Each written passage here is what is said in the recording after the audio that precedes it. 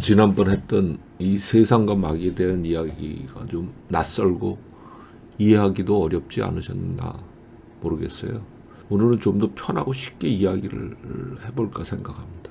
성경을 읽어가다 보면요, 예수님이 사역기간 내내 어둠을 지배하는 영적인 존재와의 싸움을 하고 있다고 생각하셨음을 쉽게 알 수 있어요.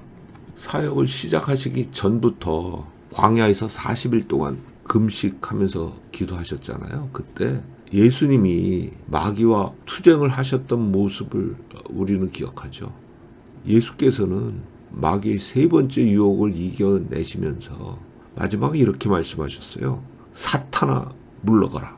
자신이 누구와 싸우고 있는지를 정확하게 아시고 하신 말씀이죠. 18년 동안 귀신 들려 앓으면서 꼬부라져서 조금 더 펴지 못하던 여자를 고치시고는 자신이 한 일을 이렇게 설명을 하고 계세요. 18년 동안 사탄에게 매임받은 이 아브라함의 딸을 이 매임에서 풀었다.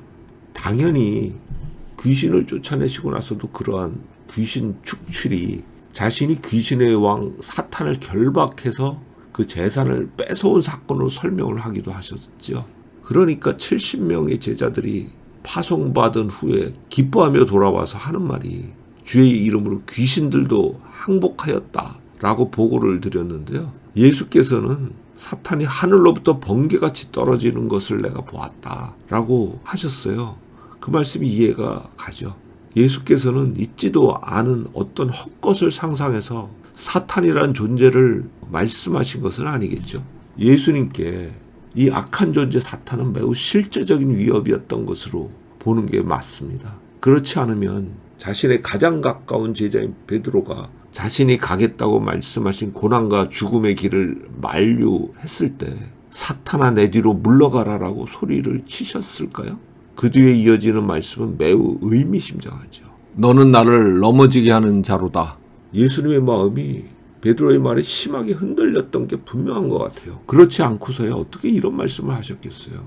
그리고 그 뒤에는 사탄이 작용하고 있음을 명확하게 인식하고 계셨던 거죠. 아니 그래도 선생인 자기를 위해준다고 제자인 베드로가 애정을 가지고 말을 한 건데 이렇게 강한 반응을 보인 게 예수님이 약한 존재에 대한 인식이 없었다면 이해가 안 가는 거죠. 즉, 이 약한 존재는 예수께서 십자가의 죽음과 부활이라는 전 우주적인 구원 사건을 막아보려고 안간힘을 쓰고 있음을 의식하고 계셨다고 보는 게 맞겠죠. 예수님의 사역이 막바지에 이르러 고난받으실 때가 가까워졌을 때 자신의 고난과 죽음 그리고 부활 사건을 통해서 그 악한 자 사탄이 자신이 권좌에서 쫓겨날 것을 말씀하신 것은 지난번에도 우리가 이미 살펴봤고요. 여기 이제 요한복음 12장 31절에 이렇게 말씀을 하시잖아요. 이제 이 세상에 대한 심판이 이르렀으니 이 세상의 임금이 쫓겨나리라. 이 세상의 임금이 누구인지 이제는 아시겠죠.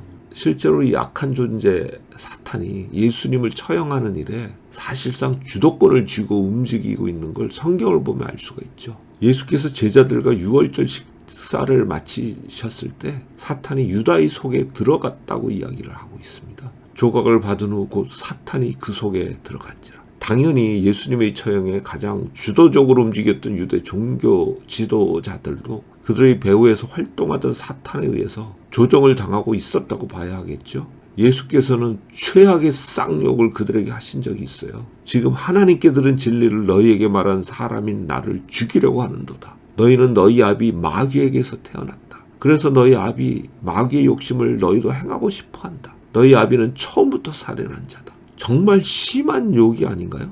예수께서 그런 정도 강한 말씀을 하신 것이 잘 믿어지지 않는 분들도 있겠죠. 그런데 이보다 더한 욕도 사실 하신 적이 있어요. 바리새인들을 보고 독사의 자식들이라고 말씀하셨거든요. 지금으로 치면 개, 뭐뭐보다 더 심한 욕이죠. 독사 새끼라고 하신 것이니까요. 이렇게 예수께서는 자신의 사역은 사탄과의 싸움으로 보셨던 것 같아요. 그러니까 자신의 부활은 그러한 어둠의 영인 사탄을 패퇴시키는 사건으로 이해하셨던 것이 당연하죠. 심판에 대하여라 함은 이 세상 임금이 심판을 받았습니다. 요한복음 16장에 이렇게 기록이 되어 있거든요.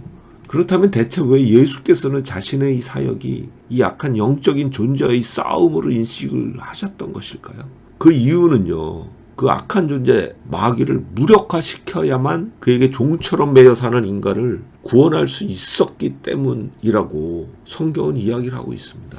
즉 사람이 마귀에게 종처럼 매여 사는 존재라는 것 때문에 마귀를 먼저 무력화시켜야 한다는 거죠. 그래야 그에게 지배받는 인간을 구출할 수 있었기 때문이라고 말씀하고 있죠. 그도 또한 같은 모양으로 혈과 육을 함께 지니시고 죽음을 통하여 죽음의 세력 잡은 자 곧 마귀를 멸하시며 또 죽기를 무서함으로 한평생 매어 종노릇하는 모든 자들을 놓아주려 하심이니 이 마귀에 대한 이해를 제대로 해야지 우리 인간의 상태가 어떤지를 정확하게 알 수 있습니다.